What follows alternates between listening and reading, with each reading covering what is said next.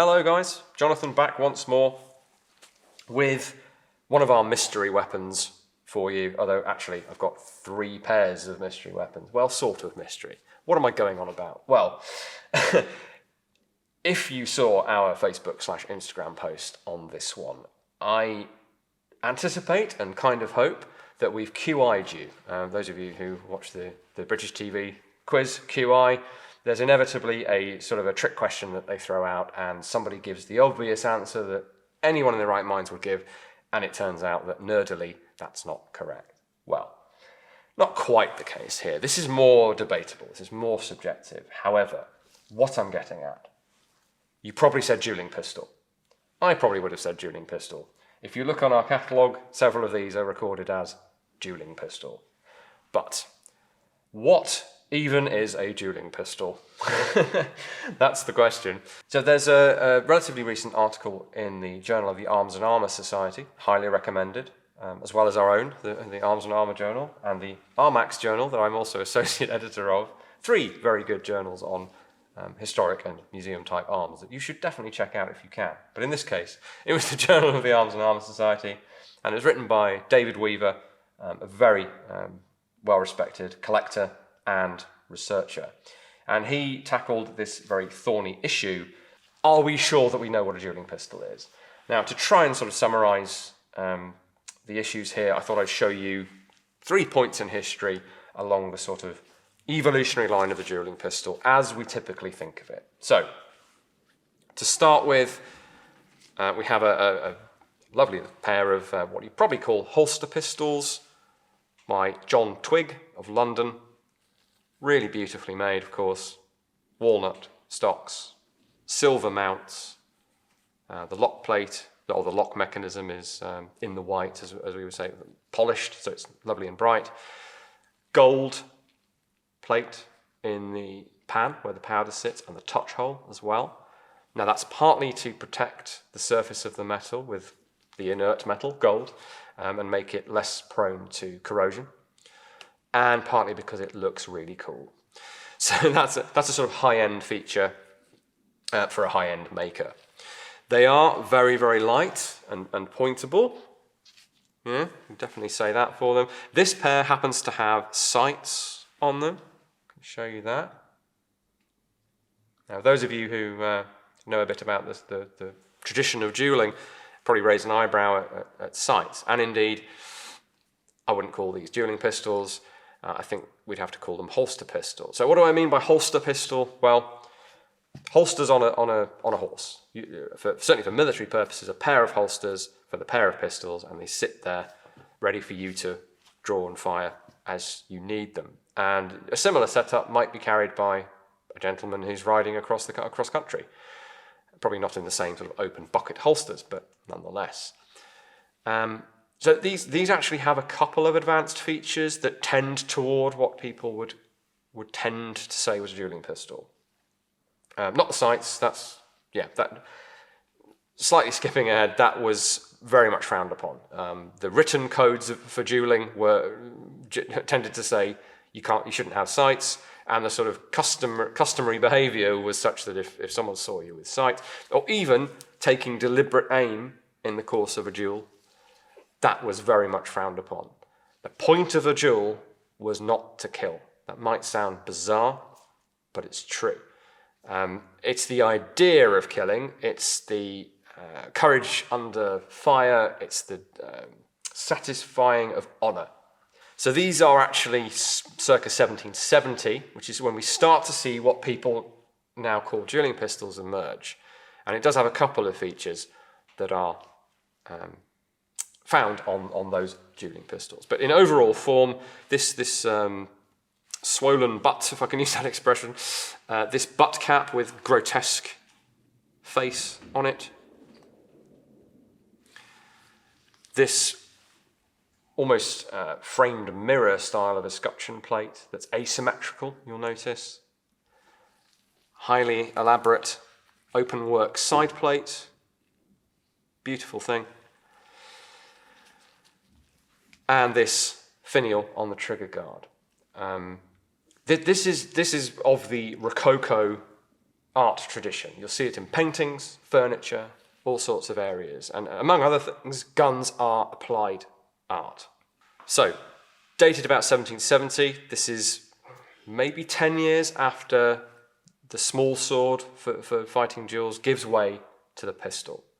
Now that in itself is fashion driven. Gentlemen always used to carry swords. Latterly they were small swords, so almost very, very slender thrusting swords with a usually like a shell guard or perhaps a knuckle bow. Light, unobtrusive, but very, very deadly in a duel. And so when gentlemen decided they had to duel for their honour and they fought with small swords, it would get really bloody because you could stab someone multiple times and they'd still keep fighting. They were dead, they didn't know it yet. And they dropped dead from multiple penetrating injuries. So for that reason, pistol duels were more humane. Now, because this is sort of early for the duelling period, and I wouldn't call these duelling pistols, regardless of the other stuff I'm going to tell you, but this does have a couple of features that are more toward the duelling pistol. So the so-called Spanish barrel, where it's reinforced effectively. Now, it's partly a fashion thing, but the faceting of the rear half of the barrel does mean you can make it chunkier to bear larger charges if you wish, but it does have it's probably mainly fashion in terms of practical purpose. But that's something that is a feature of the period. So there's that classic delay with a flintlock of click, flash, bang. And it's way quicker than people make out. You can't dodge the bullet from a flintlock meaningfully, but there is a lag time there. So your muzzle has moved ever so slightly between you pulling the trigger. Not great if you desperately want to kill the guy in your duel. We'll come back to that later. Or if you are shooting at a target, for example. I mean, you want your firearm to be accurate. You don't want the delay of, you don't want the long lock time, as we might call it today, appropriately enough for the lock. So the roller reduces the friction. And so round about 1770, you start to see that on not dueling pistols. Now, something I only spotted quite recently on this one. I'm sure some of my predecessors were well aware of it, but so you can see the nice gold pan. I'll do a bit of a magic trick here. The nice gold pan there. Close the frizzen. Open the frizzen. Oh, where did the gold go? There is a built-in pan cover in the pan cover. And that caught me out for a moment, and then I realized this allows you to have your pistol loaded, powder, bullet, wadding to stop the ball rolling out, your frizzen out of the way, and your cock down, i.e. fully safe, not at half cock where it might potentially get snagged to full cock, or maybe your half cock bent breaks and it goes off. Ultra safe, but ready to go. You don't have to fumble for a priming flask to prime the pan. So this is about not instant readiness, but this is like carrying a modern pistol, not chambered. And then you have to cock the thing to chamber around before you use it. Advised against today, but used for many decades, and this is the flintlock version of that. So that's slightly off the point, but it shows you that technology is advancing. Now, that also makes this definitively not really a dueling pistol, because dueling pistols are used in a very formalized ritual form of combat where the pistols are made ready to go and you use them. So you're not carrying them around semi-ready to go or even fully ready to go. And then when we close it again, it latches into place and we open it fully. I'm really impressed by that feature, as you can probably tell. So moving on from slightly more into the dueling pistol era, but still very much holster pistol, the spurred butt caps, the old-fashioned shaped stocks that a lot of people think are not ergonomic by modern standards. Older style lock plates. There are lots of little nerdy details that we could talk about here that are stylistic changes over time, some of which are argued to be indicative of dueling pistols, or at least taken as a whole they are. So moving on, but not by much. So this pair by Robert Wogden, a famous dueling pistol maker and general gun maker. I love these. These are great. We don't normally sort of point these guns because we like to support them when we hold them, but these just absolutely beg to be pointed. Very, very lightweight. They've taken as much weight out of this barrel as they possibly can. It's what's called swamped, where it flares gracefully out to the muzzle. It's not like a blunderbuss barrel, and the bore is straight. It's not flaring. It's just, this is about taking weight out where you don't need it and then making it heavier again at the muzzle.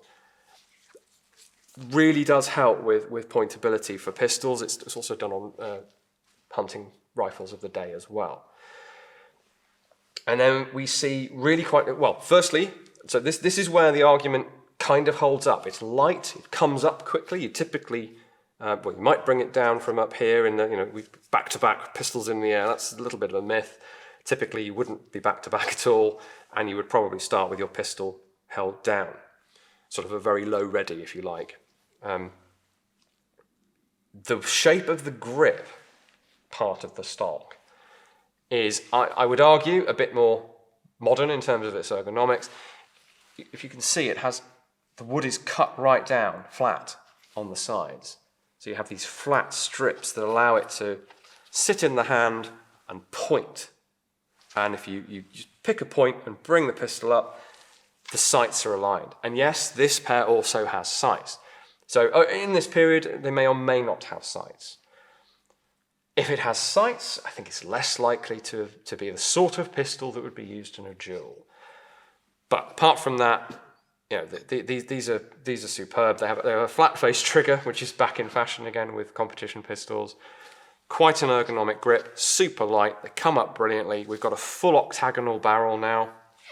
The barrels are in the holster pistol era. They were pinned in, which meant you had to drift the pin out and it would wear the wood, and it's not ideal for having to take the barrel out to clean it.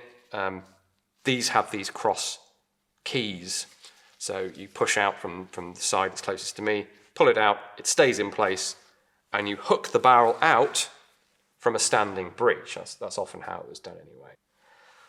Now, we need to return here to the question of artistic style and fashion, decoration, because these are not just plain because they're functional or because they are somehow dedicated for dueling or any other function.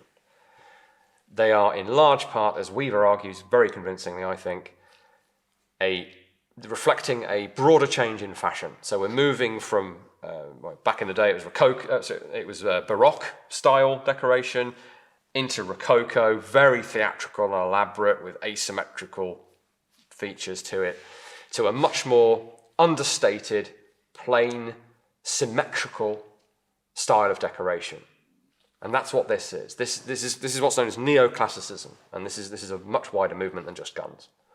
But the guns are part of that movement. And so we see just quite basic, or simple, I should say, not basic, engraving on the butt cap there, on the trigger guard. The very elaborate finial from the earlier style pistol is replaced by a simple acorn. Later on you'll see pineapples and things reflecting trade and prestige and things that are going on. But these are all symmetrical designs. And the general lines of it fit that neoclassical approach to things.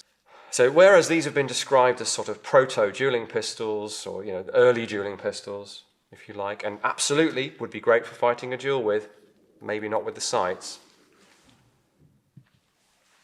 If we then jump to, and this is the other aspect of the dueling pistol, people tend to see cased pistols, especially flintlocks or early percussion, whatever, it's a cased pair. What else is it for, other than for 2 rounds of firing with dueling? Your second loads your cased set of pistols, you fire 1 round. If nobody is wounded or killed, you take the second pistol and you use that. That's not strictly the case. There are many reasons to order a set of pistols. That idea of symmetry, perhaps. The fact that you only get 1 shot. The classic holster pistols, there are 2 of them because you need 2 shots. One of your pistols might fail to fire. Flintlock, decent ignition system for the time, but not 100% reliable. So you would buy a case set of pistols for all sorts of reasons. target shooting, self-defense, very notably. One of the major uses of any of these pistols on the table. So these are a set of Mantons. So Joseph Manton, very, very famous, again, for making dueling pistols, among other things. We have, you see, from the sort of technological form follows function argument, you'd say, well, flat sides to the grips here, but also now checkering. So this is for a better purchase for fighting duels with. Well, that makes it very good for shooting targets or shooting footpads or highwaymen with, all applies. Same for this spur on the trigger guard to steady the aim. That doesn't just apply to the duel. Yet again, we have sights on this thing, so probably none of these three sets would qualify as dueling pistols. Depending which code of code duello that you're fighting under. And we see another stylistic shift, but still quite understated, I think we can say.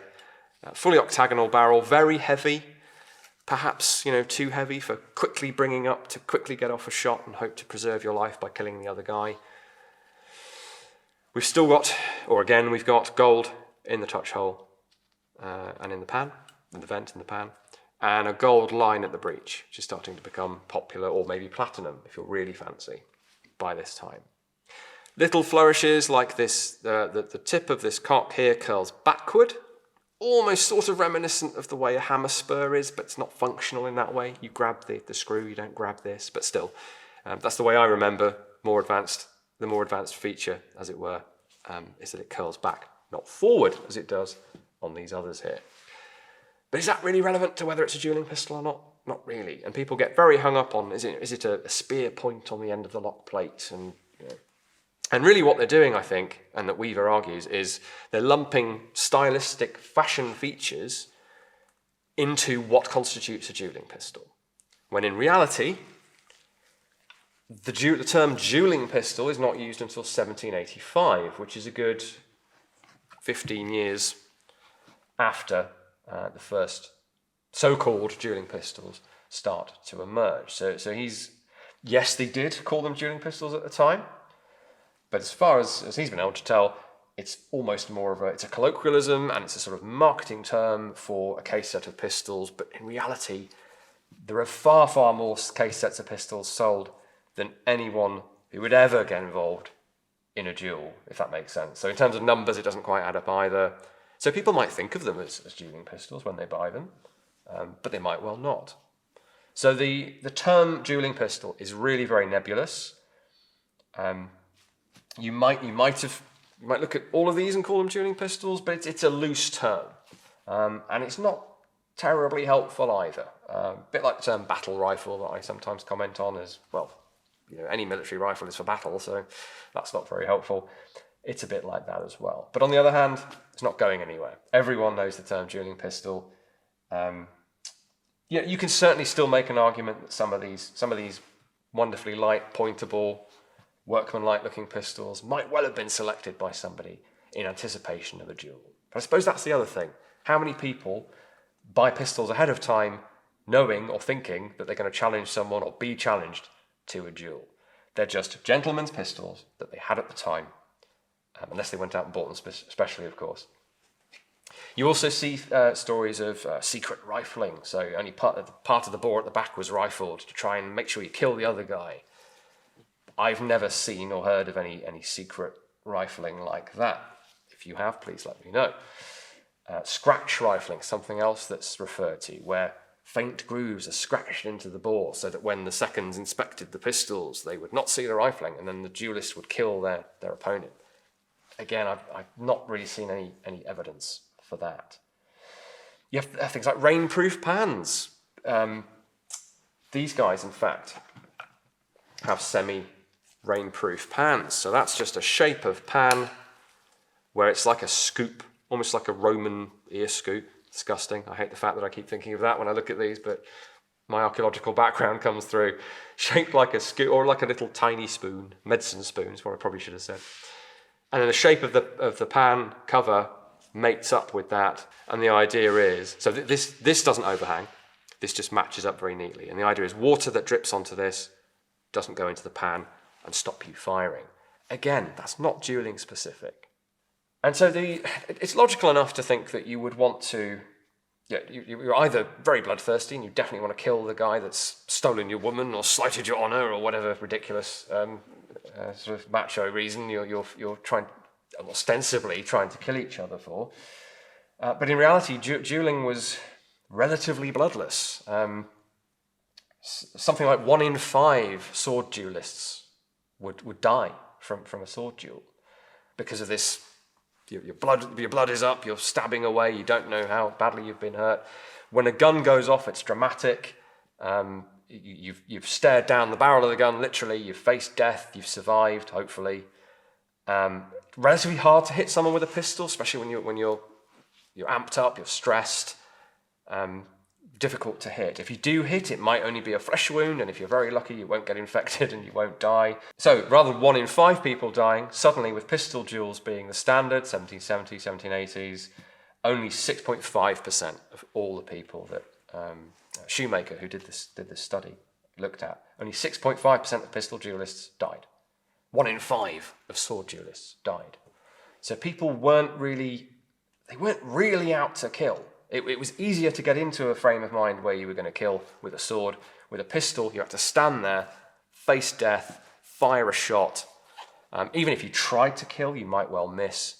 So this idea that the features, it's all about a killing shot, that is at odds with the dueling codes that we know, with the history that we know. They were notionally out there to kill each other, but if you did, you'd probably go to jail. Dueling was always illegal, and so if you were caught, and plenty of MPs fought pistol duels, and politicians in the States as well. If you were caught, you'd probably have to flee the country. You're going to go to jail if you kill someone. If you wound them, they might not press charges. You'd probably be okay. But if you kill them, you're in serious trouble. Now, part of that's wrapped up in societal norms changing and people being less tolerant about illegal violence and killing and honour killing and all that. Some of it's down to the technology. But if it was all about producing a definable type of pistol that was technologically the best for killing quickly, bringing it up from down here or however it's done, we'd see more evidence for it. And it's something I've always wondered about, and David Weaver's article, I think, nails it quite nicely. It's just the style of pistol that happened to be in fashion at the time. Okay, that's the guns out of the way. Thank you very much for watching as always.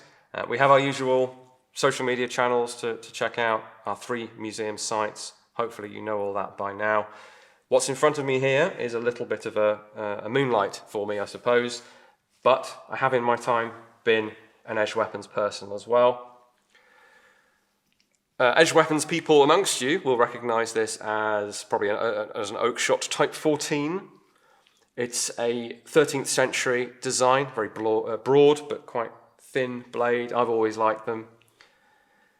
And this is actually from our new range of reproduction swords from our own collection, which is really exciting. So we've worked with Windlass, the sword company, and with Matt Easton over at Scholar Gladiatoria. Hi, Matt. To produce a range of, I believe, half a dozen really nice replicas, or reproductions, if you will, from our collection. So this is a reproduction of Class 9 2141, found in a peat bog, and it's really very good, I think. And I hope you think too. So quite a broad range over the sort of medieval period in this range of swords. Go and check them out on our shop website. One little detail on this you might like to see. So on the blade is the sort of motto or inscription, Toto. It's on both sides twice. And on the original, that's a little bit indistinct. So we're not quite sure if it's Ioto or Toto, and I'm not enough of an expert on swords to tell you what that might mean. Answers in the comments or from my colleagues when they see this and roll their eyes at me. So check out that range. I'm quite excited about it, and I'll have to try very hard to resist to not get one for myself.